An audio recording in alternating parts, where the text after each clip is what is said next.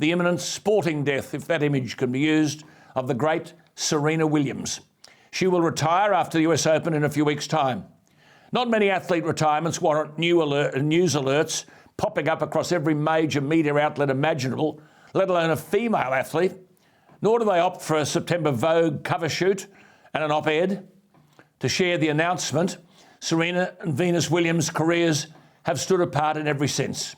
Children of a very poor family from the impoverished Compton public courts in Los Angeles. I've always argued that in the world of coaching, the father, Richard Williams, must rank amongst the greatest sporting coaches of all time. He masterminded two of the dominant and most unlikely careers in one of America's most elite sports. Serena came back from life-threatening blood clots to win 10 major singles titles.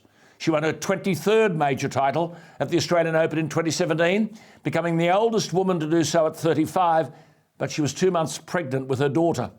Serena will be 41 on September 26. From the 2002 French Open to the 2003 Australian Open, she won all 4 major singles titles, each time over Venus, beating Venus in the final. She won 8 out of 13 major singles titles. That's the Australian, French, Wimbledon and US. 8 out of 13, including 4 in a row from 2014 to 2015 to achieve a second Serena Slam. Richard Williams' coaching of his daughters ushered in a new era of power and athleticism in women's tennis. The father, from a very poor family, decided to stop sending his daughters to national junior tennis tournaments when Serena was 10. They'd been winning everything.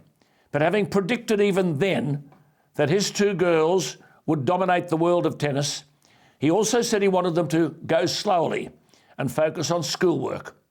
Sadly, that view was most probably influenced by experiences of racism as he heard white parents talk about the Williams sisters in a derogatory manner. I was broadcasting during the 2012 Olympic Games in London. I wanted to see the great Serena Williams in action.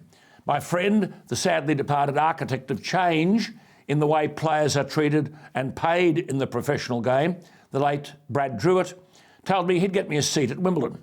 I arrived, and who was I sitting next to but the great Kobe Bryant, one of the greatest basketball players of all time, who spent his entire 20-year career with the Los Angeles Lakers, but who sadly died, as you know, along with his daughter and 7 others in a helicopter crash in California in 2020.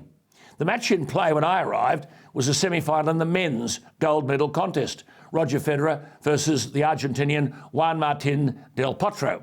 It was a searingly hot day.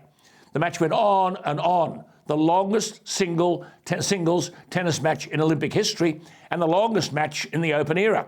It lasted 4 hours and 26 minutes, with Roger winning 19-17 in the 3rd set. Kobe Bryant and I had been talking. It was clear he knew little about tennis, but said he idolised Roger Federer. So when it was all over, he got up to leave, to which I said, "What are you doing?" I said, "One of your people is about to come onto the court, and she's regarded by many as the greatest player, male or female, ever, Serena Williams." He stopped to tell me he didn't know much about her, so as she warmed up for her semi-final against the then #1 player in the world, Victoria Azarenka, I urged him to stay. Serena won the toss and served. I said to him, "Watch this." Serena didn't let me down. In her first game, she served 4 blistering aces. She and Azarenka were off the court in under an hour, 6-1, 6-2. Serena then played for the gold medal, the former world #1 Maria Sharapova. For the gold medal, 2012 Summer Olympics. She beat Sharapova 6-love, 6-1. Serena served more aces than Sharapova won points.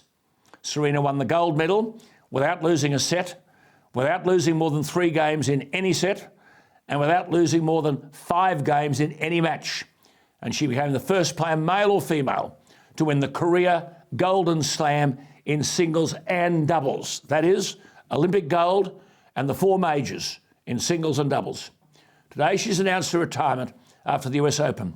She's fought many battles, not just on the court, and inspired women to believe they can be as good as anybody, and that they deserve the same public and media space as men.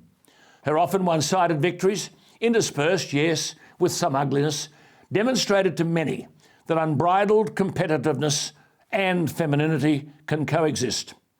And imagine the parental pride. Consider this.